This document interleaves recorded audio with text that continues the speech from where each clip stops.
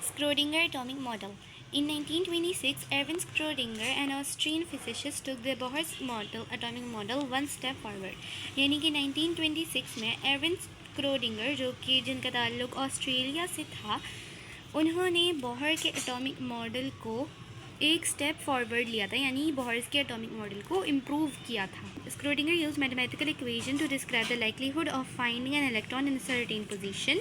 यानी स्क्रोडिंगर ने अपने मैथमेटिकल इक्वेशंस के ज़रिए ये बताया था कि इलेक्ट्रॉन्स के मिलने के इम्कानात कहाँ कहाँ पर होते हैं। यानी उन्होंने एग्जैक्टली ये नहीं बताया था कि इलेक्ट्रॉन्स कहाँ पर मिलते हैं, उन्होंने हमें ये बताया था कि उनकी प्रोबेबिलिटी कहाँ होती है कि वो कहाँ मिल सकते हैं electrons. This atomic model is known as quantum mechanical model of atom. यानी कि ये मॉडल जो स्क्रोडिंगर ने बनाया था, प्रपोज़ किया था, वो हमें quantum mechanical model of atom के ज़रिए जाना जाता है। Schrodinger model is just an improvement of Bohr's atomic model. Schrodinger model सिर्फ बोहर्स एटॉमिक मॉडल का इम्प्रूवमेंट था, यानी स्क्रोडिंगर ने सिर्फ बोहर एटॉमिक मॉडल को इम्प्रूव किया था। He took an atom of hydrogen because it has one proton and one electron. जैसे कि आपको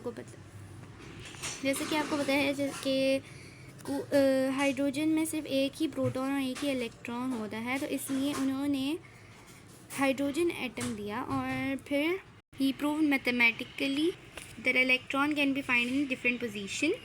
और फिर उन्होंने मैथमेटिकली ये प्रूव किया कि इलेक्ट्रॉन्स मुख्तलिफ जगह पर पाए जाते हैं around the nucleus and determined by probability. यानी कि जो इलेक्ट्रॉन्स होते हैं वो न्यूक्लियस के अराउंड हमें फाइंड होते हैं, मिलते हैं, और उनकी प्रोबेबिलिटी बताई, यानी कि वो मुसलसल एक तवाज़ुन में रिवॉल्व करते रहते हैं। अब हमारे पास यहाँ पे कुछ पॉइंट्स हैं जो कि इम्पोर्टेंट हैं। The quantum mechanical model determines that electron can be find in various location around the nucleus.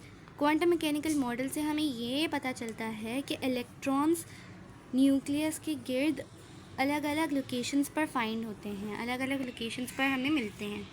He found electrons are in orbit as an electron cloud. उन्होंने ये बताया कि इलेक्ट्रॉन्स जो हैं वो ऑर्बिट्स में होते हैं एज इलेक्ट्रॉन क्लाउड। जैसे कि मैंने पहले भी बताया था कि इलेक्ट्रॉन क्लाउड जो कि ऐसे फॉर्म होता है न्यूक्लियस के गिर्द।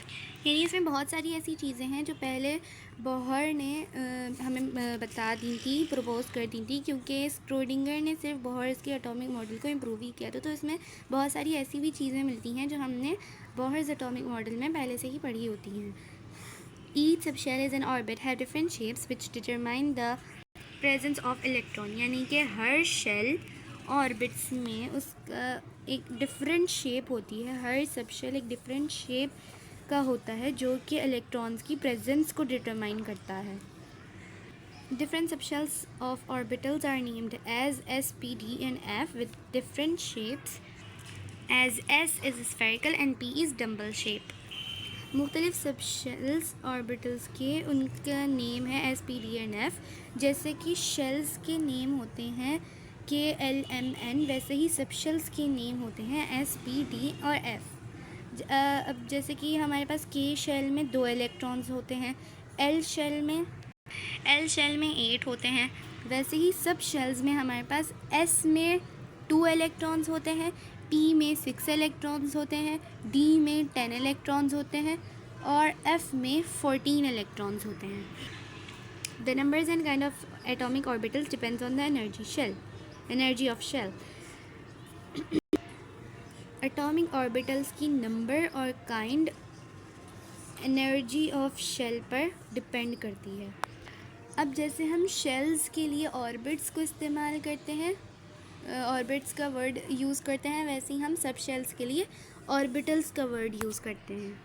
यानी सब शेल्स बेसिकली वो होते हैं जो शेल से भी छोटे होते हैं। According to quantum mechanical model probability of finding an electron, quantum mechanical model के अकॉर्डिंग इलेक्ट्रॉन्स की फाइंडिंग की जो प्रोबेबिलिटी है, उनके इम्कानात होते हैं विद सर्टेन वॉल्यूम, एक सर्टेन वॉल्यूम में of space surrounding the nucleus can be represented as a fuzzy cloud. जो कि न्यूक्लियस के अराउंड जो है वो रिवॉल्व करते रहते हैं, उसको हम एक फजी क्लाउड के ज़रिए रिप्रेजेंट कर सकते हैं।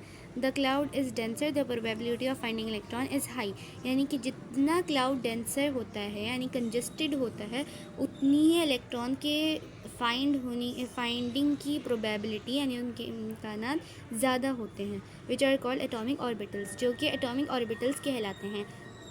Detail and mathematical derivation will be discussed in next classes. इनकी हम डिटेल जो है बाकी क्लासेस में डिस्कस करेंगे।